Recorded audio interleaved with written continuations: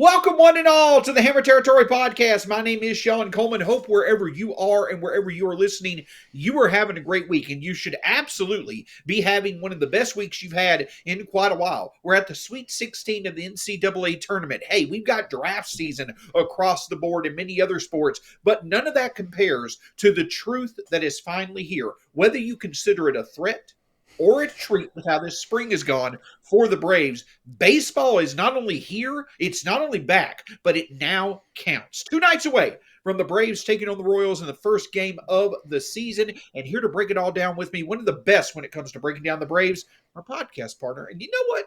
My friend, maybe not potentially Sunday, but my friend, Stephen Tolbert. Stephen, it's good to talk with you, sir. What's up, buddy?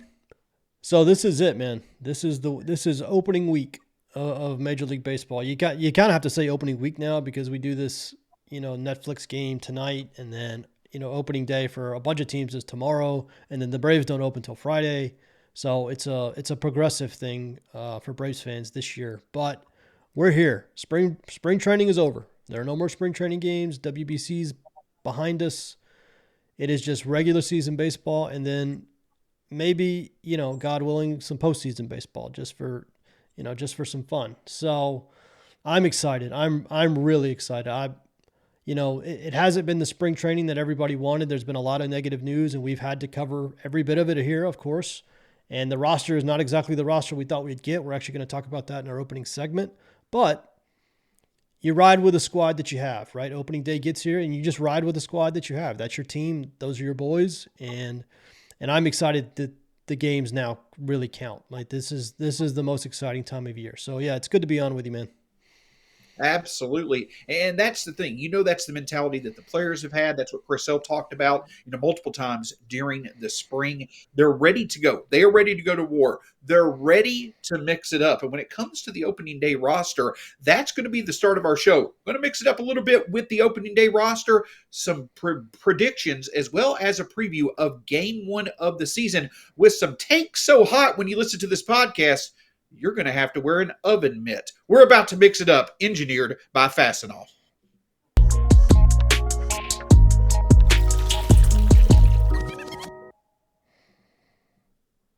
Steven is amazed when it comes to me and my segues. Now I'm using props. When it comes to the Braves, we now know their opening day roster. And the truth is, it's not the opening day roster that even 5 days ago many of us thought would be the case, but it's here. As Steven mentioned, it's the roster that the guys and the fan base is ready to ride with. No real surprises, but the thing that does stand out, Steven, is that there are some clear strengths of this team as well as some parts of this team that certainly are not to the level where we had hoped they would be, again, even a week or 5 days ago.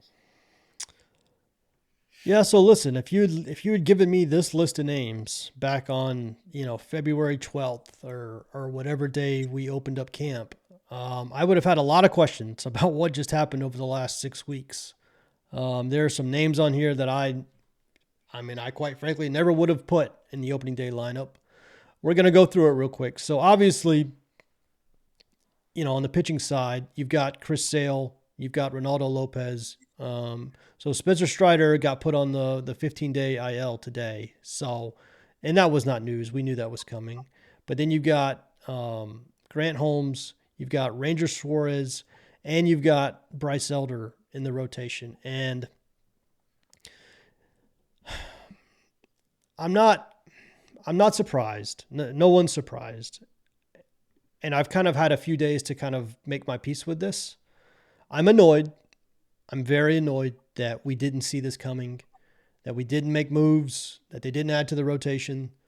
This was the most predictable outcome, that the Braves are going to lose multiple starters in spring training. But this is who they have right now. And they put Didier Fuentes in the bullpen. I get it. I get it. With the names they have available, I get it. It doesn't mean I'm not annoyed. I am annoyed. I'm extremely annoyed that they didn't add to the rotation. But this is who they have. And based on who didn't have options, who did have options, who's ready to pitch now versus who's maybe a few more weeks away, like Martin Perez or Didier Fuentes, I get it. And I'm curious to see I want to know what you think about this as well.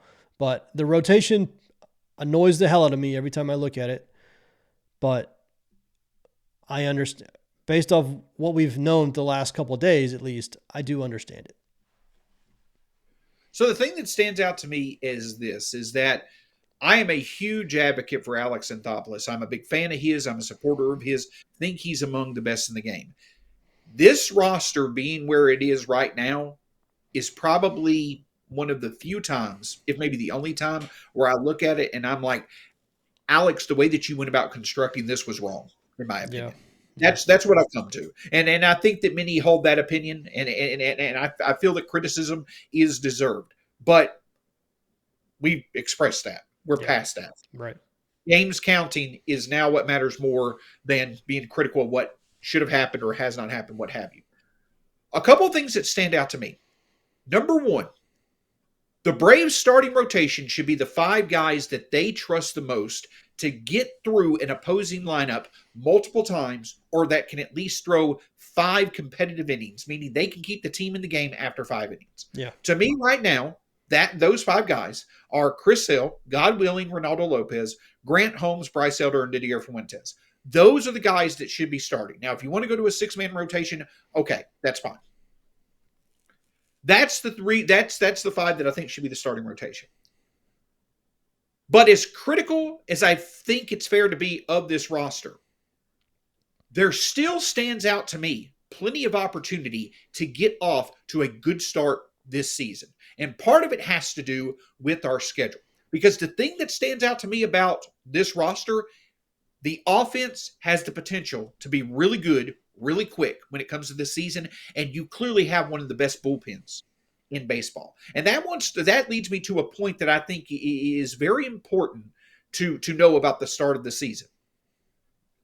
The Braves, at the start of the season, if you go to Fangraphs and you look at the team depth charts and you look at the projected WRC plus for different position groups and you look at the projected FIP for different pitching groups, if you go by projected numbers, the Braves do not face either a offense or a bullpen that is projected to be better than their own offense or bullpen until May 4th when they face the Mariners. So that means in every game to start the season until May 4th, as the game goes along, we have the better offense, we have the better bullpen. More often than not, that should lead to wins. So if that's the truth about this Braves squad, they need to be able to go with the five arms they feel can get them through those five competitive innings. That's my perspective when I look at this roster. Now, there's a caveat to this. That caveat is that you've got, again, to have your core guys get off to good starts. We can't afford for slow starts from Riley and Olsen and Michael Harris. But if they can get off to good starts, we can get some wins. We can be a significant amount of games above 500 because of how our schedule lines up. Now, it gets tough in May, but we could be in a good spot come May 4th if our offense and bullpen rise to their potential. Yeah, so let's cover the position player group real quick. So obviously it's all the normal guys: Austin Riley, Matt Olson, Ronald Acuña Jr., Michael Harris, Mauricio Dubon, Drake Baldwin, all the big guys. The notable ones, people that maybe haven't been following closely the last few days, is Dominic Smith is almost certainly going to be the DH against right-handed pitching. I'm guessing Kyle Farmer, I guess, would be the DH against left-handed pitching. I'm not sure. They could do Jonah Heim. They could play both catchers. Obviously, Drake Baldwin's not going to play every day, so there's going to be times where Heim just has to catch. And they could play Baldwin on those days at DH. So we'll see. But, obviously with the news of Profar and the fact that they didn't really add anybody since the Profar news, this is the group we have. And obviously, they're hoping to get Ha-Seong Kim and Sean Murphy back at some point. I am surprised they didn't add an outfielder of some sort at the end of camp. As I was looking through the league and all the moves, there wasn't a ton of guys. I thought Austin Slater, who ended up signing with the Marlins, would have been a decent guy to go grab. But, obviously they feel like what they have is just as good. So, we'll see. It's certainly a group I was not expecting at the beginning of camp, 6 weeks ago. Knowing what we know since then, it does make sense where they are. I wish they would have added a little more since the Profar injury, and I wish, of course, they added a lot more on the rotation since, the offseason began, but they didn't. And this is the group we have, and this is the group we're going to start with. And like you said, the schedule opens up early, and you can really get a strong start to the season, which is the exact opposite of what happened last year. They really need to take advantage of being at home, playing some lesser teams, and get off to a good start this year.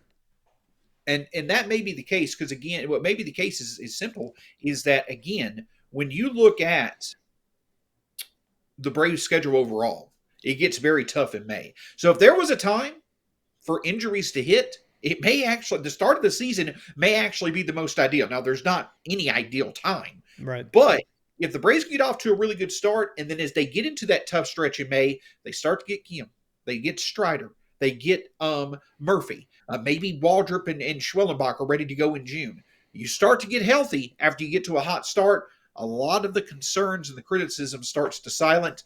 There is a world where that is a realistic outcome for this team. But again, it goes back to the offense and the bullpen rising to being among the best. Because make no mistake about it, for this team to contend, this offense and this bullpen, they don't have to be among the best in baseball right at the start of the season, but they've got to be better than their competition to put us in a spot to where we can contend as time goes on. Yep. So we'll see what happens. But that's our Mix It Up segment presented by Fastenal. Fastenal, industrial supplies, innovative solutions. Want to learn more? Visit fastenal.com.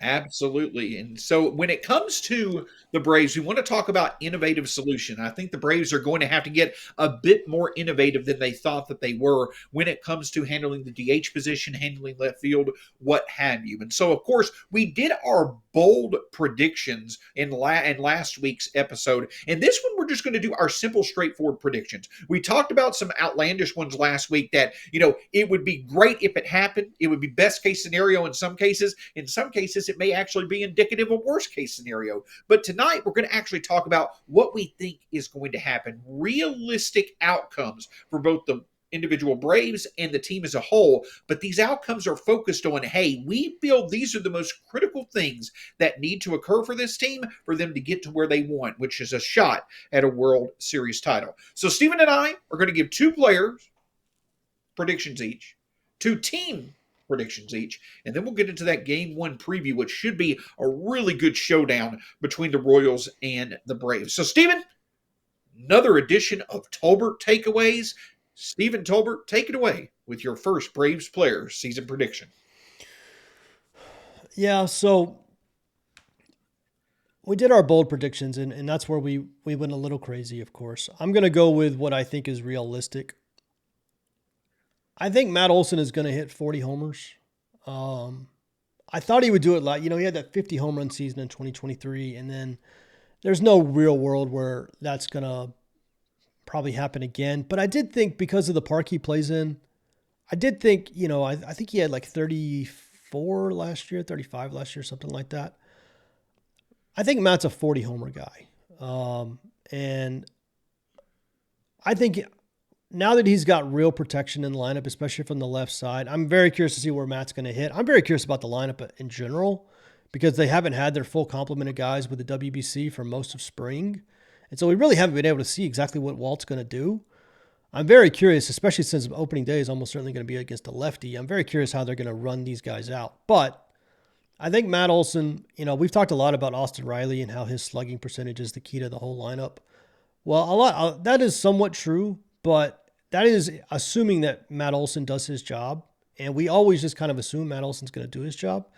But I think there's another level to him that we've even seen the last couple of years. 2023 was crazy. But I think there's a level in between 2023 and what we've seen in 2024 and 2025. I think Matt's going to get to that level in 2026. I think it's going to be a 40-plus homer year. I think it's going to be like a 140 WRC plus.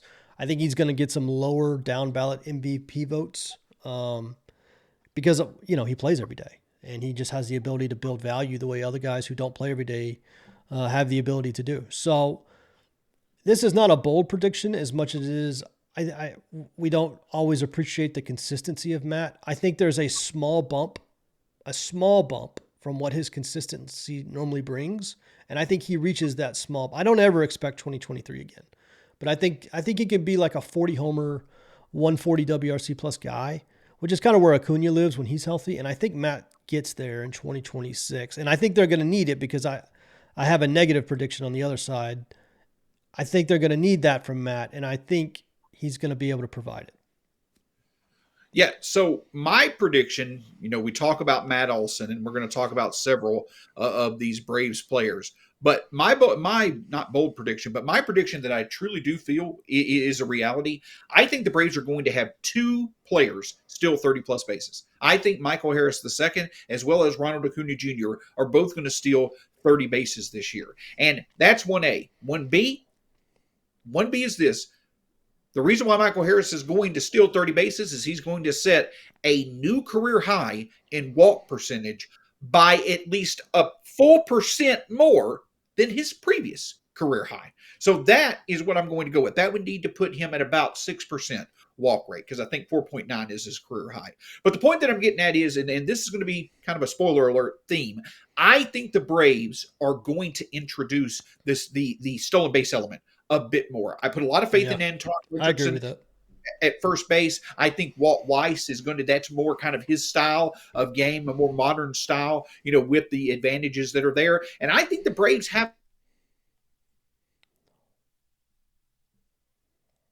some smart base runners. We've seen that when it comes to their ability to be able to be on the base paths, make good decisions, and if they can find the right groove, I think that they can make a lot of damage on the base paths. So two players who will steal 30 bases, that's my prediction for the Braves, both Michael Harris II as well as Ronald Acuna Jr. No, I agree with that. I think they're definitely going to steal a lot more. I saw Bowman talking about Riley stealing a bunch of bases this year. I don't know about that, but I do think the Braves have guys who can steal, and I agree with you. They're going to run more this year. I don't think Acuna is ever going to steal 70 bases again, but I think he's going to steal, like, if he stays healthy, I think he's going to try to steal like 50. So Stephen, I don't you're going to make me make a bold prediction. Austin Riley has 7 stolen bases in his career. He doubles it. He gets 15 stolen bases this year. Wow. Okay. So we did bring back bold predictions. There Yeah, we I go. mean, there's people that upset. I mean, again, the Braves now have a first base coach who views this stuff as a weapon, and I'm very curious to see how the roster, is going to implement the stolen base. So I don't disagree with that. So I have another player prediction. I went positive with Matt. I'm going to go on the negative side. I do think one of Ozzy Albies or Michael Harris has a repeat performance of 2025. I don't know which one yet. Both guys have about a 600 OPS in spring training. Mike started out like a house of cards, or I mean, like a house on fire. He was just red hot to start spring, and then he cooled off a lot. He started chasing a lot more. Ozzy's, I've seen a lot of pop ups, which we saw a lot of in 2025. I'm probably a little bit more worried about Ozzy than I am Mike, because I feel like Ozzy's like overall skills have deteriorated. It's not just performance, it's like baseline level skills like speed and range and power and exit velocity and stuff. Like, there's stuff behind the numbers that kind of say he's aging really quickly, kind of randomly quickly. So I do think the Braves are going to either be in a situation next year where they're looking for a new second baseman, or we're going to have a really tough conversation about the center fielder. I'm not going to say both are going to have the years they had last year, because that's too negative, and I don't have any interest on being that negative. But I do think one of the two is going to end up being clearly the worst hitter in the lineup. I actually think Mauricio Dubon's going to have a solid year. I could see like 100 WRC plus coming from Dubon.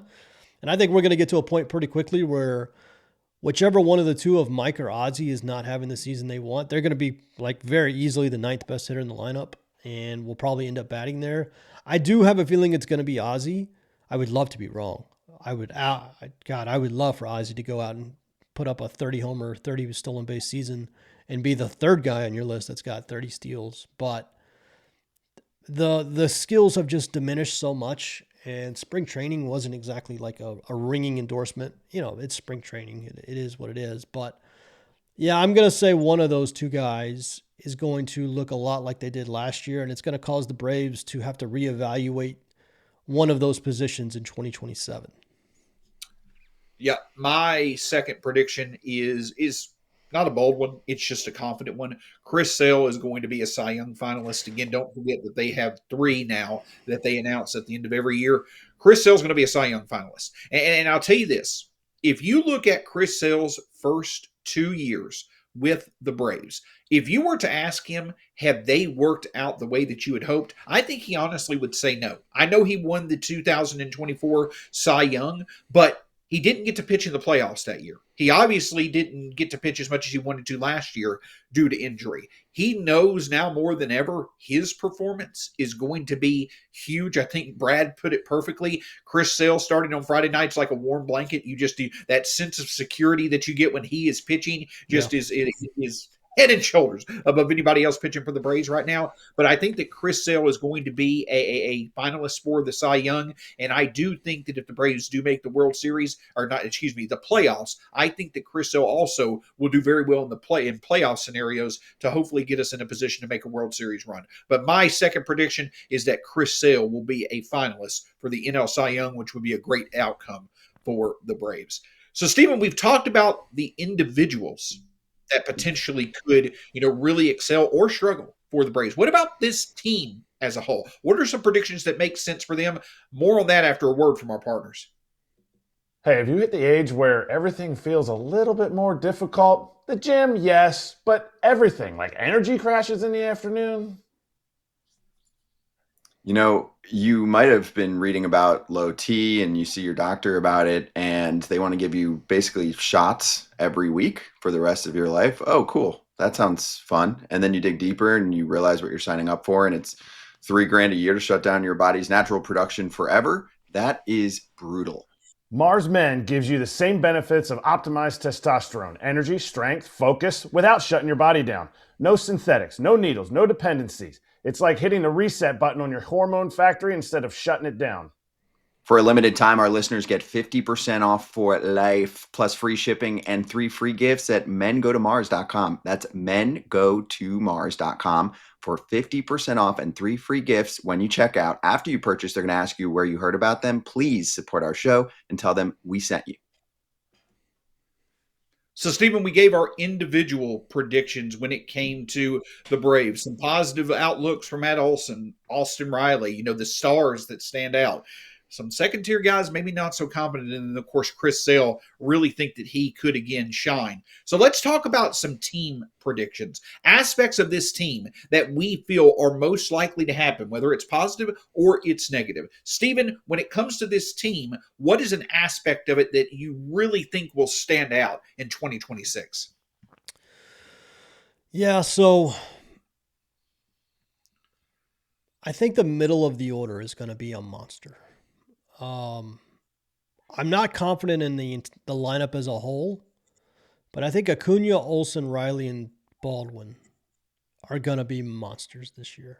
And that's a bit of a bold take with Riley, but not really. I mean, we have enough where, even if he's the fourth best guy in that group.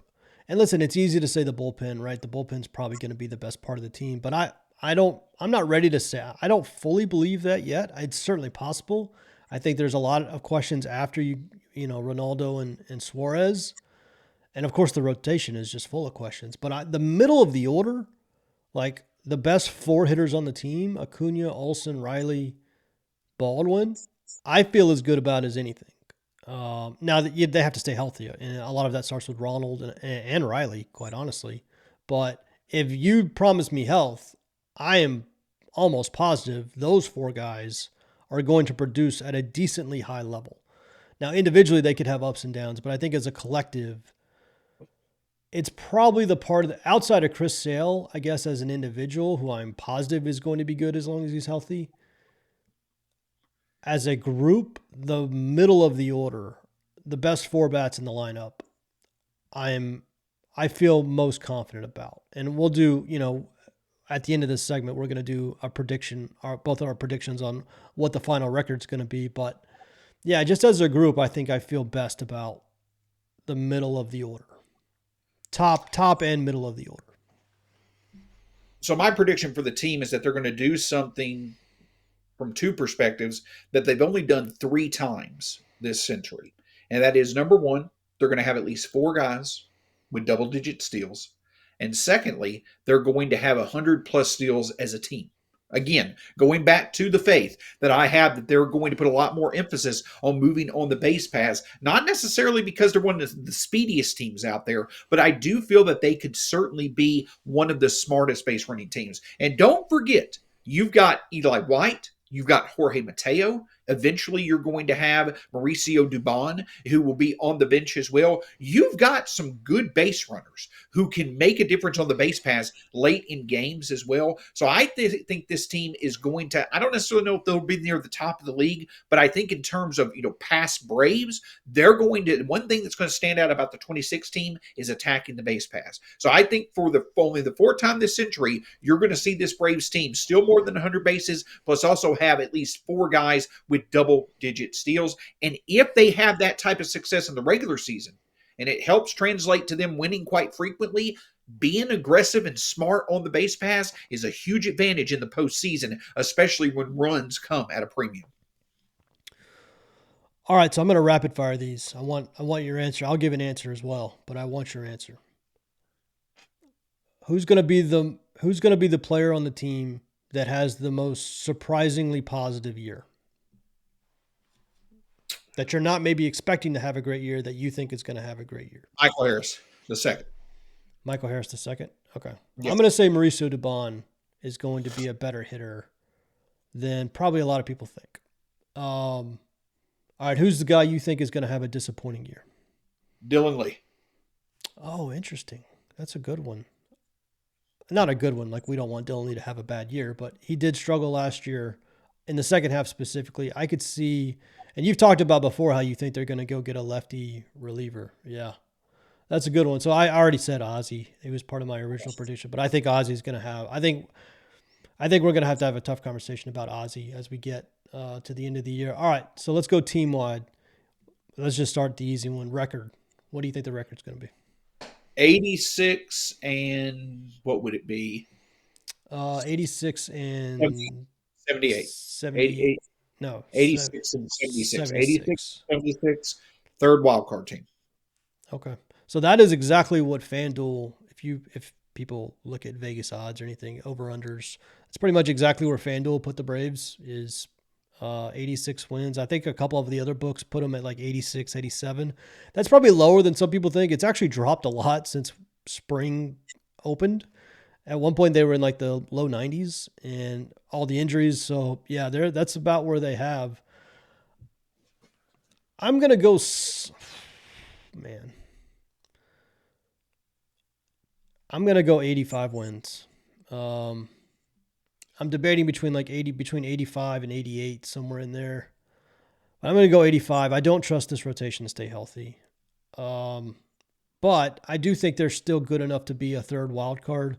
So if you look at the projections in the standings, Dodgers are obviously one. And then most places have the Mets and the Phillies kind of next. Mets, Phillies, Cubs is kind of the next tier. And the Braves are in that tier for a lot of people. And then the next is like Braves, Brewers, Padres, right? So that's like the 7, and there's 6 teams. So, that kind of gives you an idea of probably who the Braves are going to be competing with. There's always surprise teams. The Reds could come out of nowhere. The Diamondbacks could come out of nowhere. The Giants could come out of nowhere. Not out of nowhere. Those are decent teams, but that's kind of the level. So, yeah, I'm going to say 85. That would be like 85 and 77, something like that. So, not a great year, but I do think I do think they'll be in the playoffs, and that's probably what matters more than anything. Just get a shot, a chance to do something in the postseason. But if I don't trust this rotation to stay healthy, so yeah, I'm gonna say 85 wins for the Braves this year. Yeah, and I'll even go this far. By May 4th, I think that the Braves will have played 32, 33, 34 games. Hoping it's 34 or so games. If the Braves have 20-plus wins by May 4th, they're making the playoffs. Say that again. If the Braves have 20-plus wins by May 4th, they're making the playoffs. If they don't, they're not.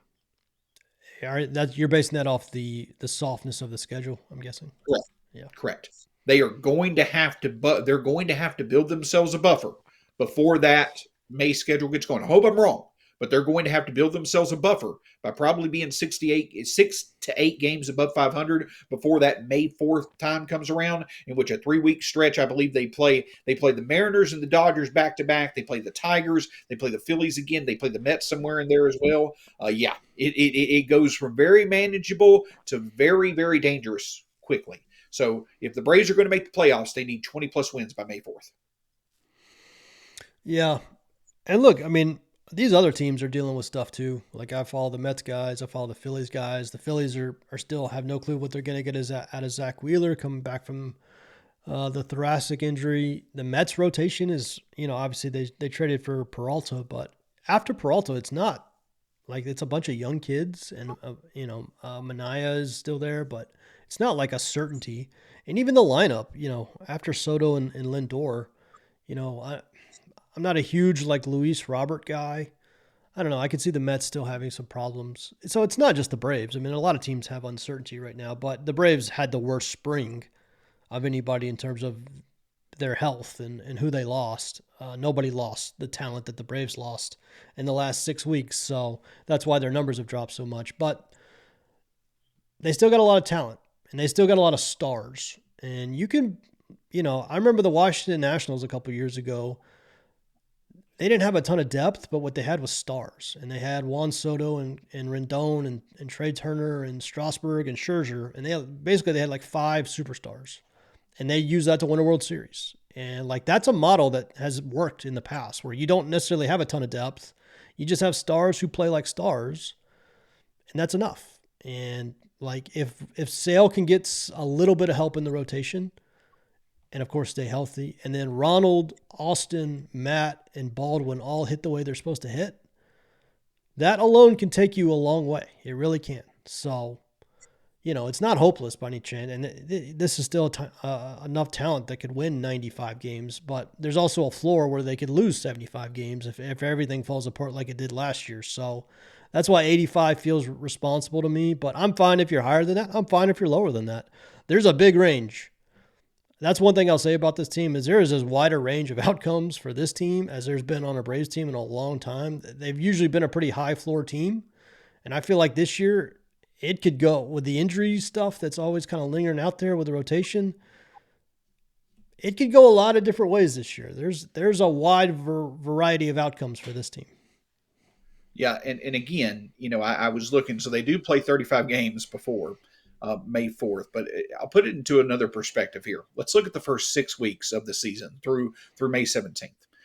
Before April 24th, the Braves play, they're going to play several series, and they play the Guardians and the Phillies. So I think, they play the Diamondbacks as well. But I think, only the Phillies and the Guardians are the only playoff teams from the Guardians made it. They're the only playoff teams from last year that the Braves will be playing. But when we get to April 24th, here's the next 7 series between April 24th and May 17th. The Braves play the Phillies, the Tigers, the Rockies. The Tigers and Phillies will be at home. Rockies, Mariners, Dodgers will be on the road. And then they come right back and they play the Cubs and the Red Sox. So again, that 3-week stretch from May 17th, or from April 24th through May 17th, that may be the defining stretch of the season. And we're not even a third of the way through it. You hope to maybe get some of your offensive guys back by the end there, but that's why it's so important to get off to a hot start, because it gets real choppy real quick in that week 4 to 6 of the season. So just something to look out for when it comes to how the Braves schedule kind of lines up. So we talked about individual predictions. We've talked about team predictions. But the only way that you can make the most of those predictions is to take a successful first step. And that starts Friday night with the Braves, Chris Sale on the mound, and facing the Royals, a team that could surprise in the American League. They'll take Game 1 in Atlanta. More on that, a little bit of a Game 1 preview in just a moment after a word from our partners. AJ, baseball season is finally here, and there's nothing like listening to the sweet sounds of the game while you're at home, enjoying some home cooking, whipping up a beautiful meal with HelloFresh, and there are many, many, many recipes to choose from. I love those big portions, Scott. Over 100 mouth-watering recipes each week, including cuisines from around the world like some of my faves: curried chicken and roasted sweet potato jumble, smoky chipotle beef burrito bowls, and sweet Thai chili salmon. There's now 3 times the seafood for no upcharge. Impress guests or treat yourself with new grass-fed steak ribeyes. So go to HelloFresh.com/FT10FM to get 10 free meals plus a free Zwilling knife, a $144.99 value on your third box. Offer valid while supplies last. Free meals applied as discount on first box. New subscribers only. Varies by plan. Because when dinner tastes this good, nothing hits like home cooking. So, Stephen, again, game one, of course, baseball started tonight. It's Wednesday night. A lot of teams will be playing tomorrow, and then more teams will be playing on Friday. Kind of weird how the schedule does, but that's how it is. But I feel like one of the better opening game matchups is actually going to take place in Atlanta on Friday night. Chris Sale on the mound for the Braves versus Cole Ragans of the Kansas City Royals. And if you want to talk about two pitchers who may not have been in the conversation for Cy Young last year that could be there this year, that would be both Ragans as well as Sale. I hope I'm saying his last name right. I think it's Reagan's. Reagan's. We don't need another of milk situation. Huh? Wait. I said we don't need another of milk situation. We face Zach Gallen in April anyway. We're good.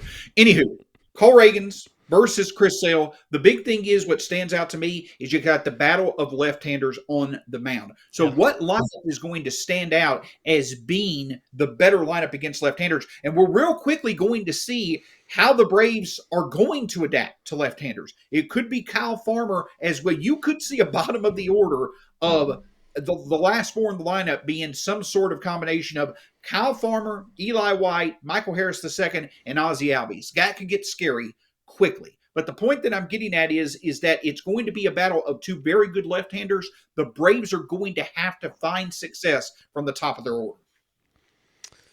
Yeah, right out of the gate, lefty on lefty matchup, opening day. You're right.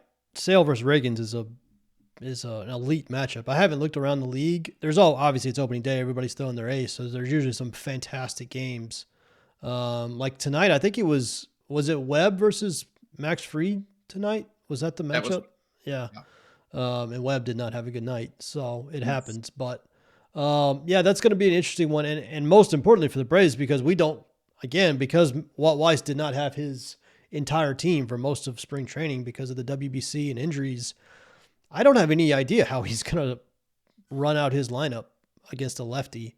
I think Kyle Farmer is going to be the DH.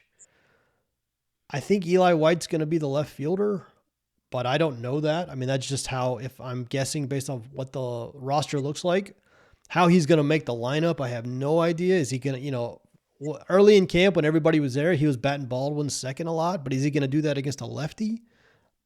I have no idea. There was a couple of games I think he put Ozzie second, which is my least favorite setup, but he did it, and I wouldn't be stunned if they did that because traditionally, at least, Ozzie does hit lefties well. Mauricio Dubon does hit lefties pretty well. I wonder if they're going to use him closer to the top of the lineup early in the season until Kim and Murphy get back. I don't know.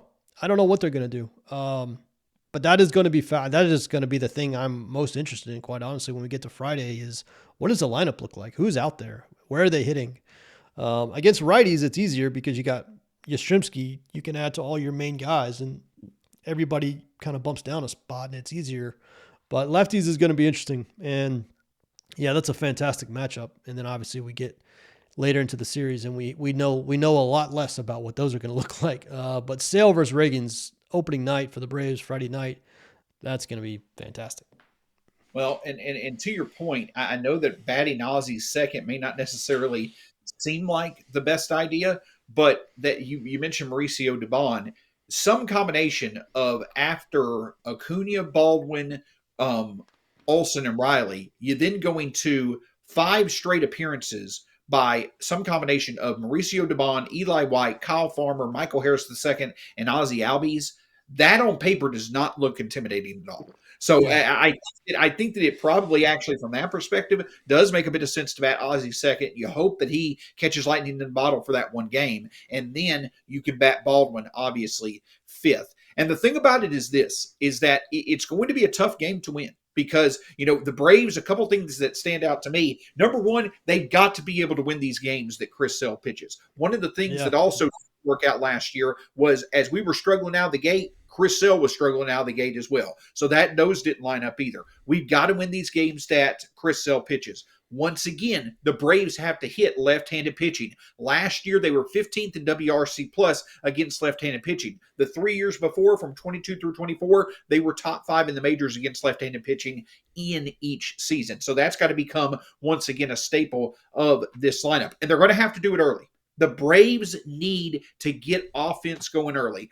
Acuna taking Reagan's deep to start the game would be absolutely outstanding. But getting going early will really help this team because, again, if they can get going early, that puts their pitchers in a bit more comfortable situation to get through the first 5 innings, and then you have one of the stronger bullpens in the game holding leads. So returning to success against left-handed pitching and getting the job done early, that's what's going to have to be the keys to success for this Braves lineup.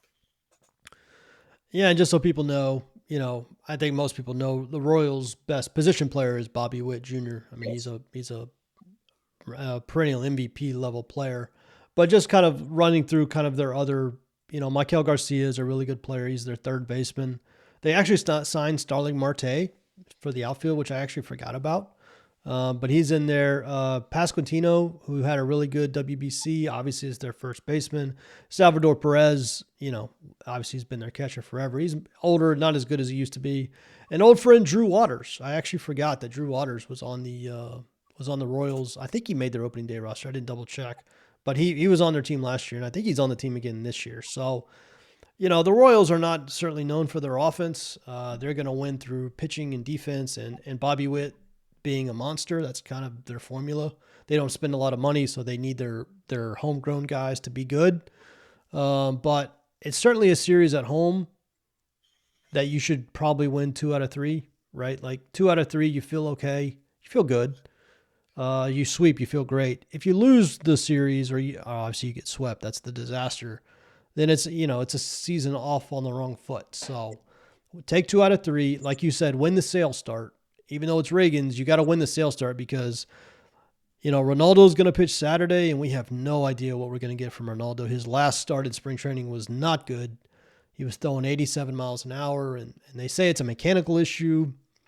I don't know what to make of all that. We'll find out on Saturday when he starts pitching again, because if he's throwing 87 again on Saturday, there's going to be a lot of red flags and a lot of questions. And then, honestly, we don't know who's going to pitch on Sunday because they have it as a TBD.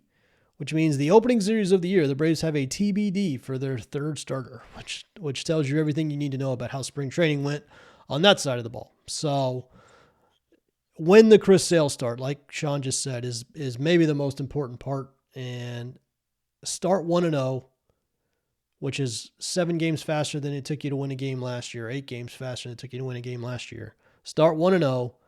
Then you only have to take one of those 2 games with starters you don't really know much about or what they're going to give you, and at least you're off on the right foot.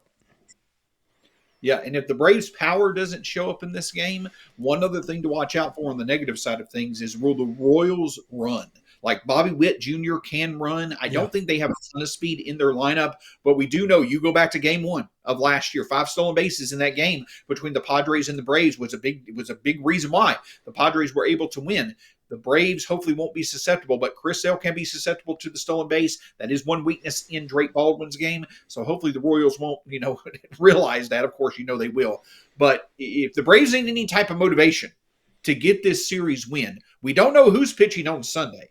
But what we do know is that 2 of Bryce Elder, Martin Perez, Osvaldo Bido, Didier Fuentes, Jose Suarez. I know that not all those guys are on the opening day roster, but you never know what's going to happen between now and 5 days from now. My point is, 2 of those guys are more than likely going to face the Athletics lineup when they come to town right after the Royals. So you need to get those wins in this game. But hey, just have your offense play to their potential. Yeah. And more often than not, they should be able to hand a lead to the bullpen. And more often than not, that should get the job done. But it's great to talk a preview. And we're going to be back with you on Friday night talking about the game. I know that there's going to be some other things going on Friday night as well, so enjoy the heck out of it. Not a lot of nights where you get to watch some playoff basketball plus opening day of Braves season. Stephen, anything else from you as we wrap up this edition of the Hammer Territory podcast?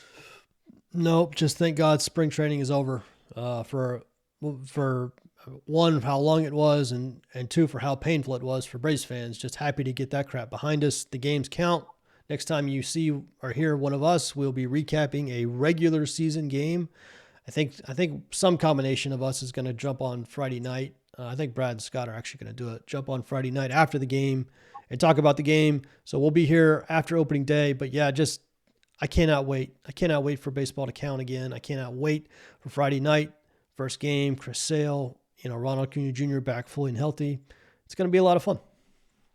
Yeah, you're either going to get glad Brad or you're going to get sad Brad on Friday night. And you're either going to have a very happy Stephen Tolbert or a very sad Stephen Tolbert somewhere else on Friday night as well. You're also going to get a very worried Shawn Coleman right after the Braves game on Friday night. In case you are wondering what I'm referencing, all four hosts' favorite college basketball teams are still alive in the Sweet 16. Hope your brackets in the Hammer Territory Bracket Challenge, where the goal is to beat Brad, that your brackets are doing well. But all joking aside, Braves baseball is officially back. Hopefully we'll get a W and plenty of them in the March and April calendar before it starts to get really challenging come May. Until next time, you can find Stephen Tolbert at _outliers on Twitter/X, myself, Shawn Coleman, at StatsAC on Twitter/X, Hammer Territory across all forms of social media, part of the Foul Territory family of podcasts. Check out Foul Territory's coverage of opening day as well. Until next time, go Braves. We'll talk to you again soon here on the Hammer Territory podcast.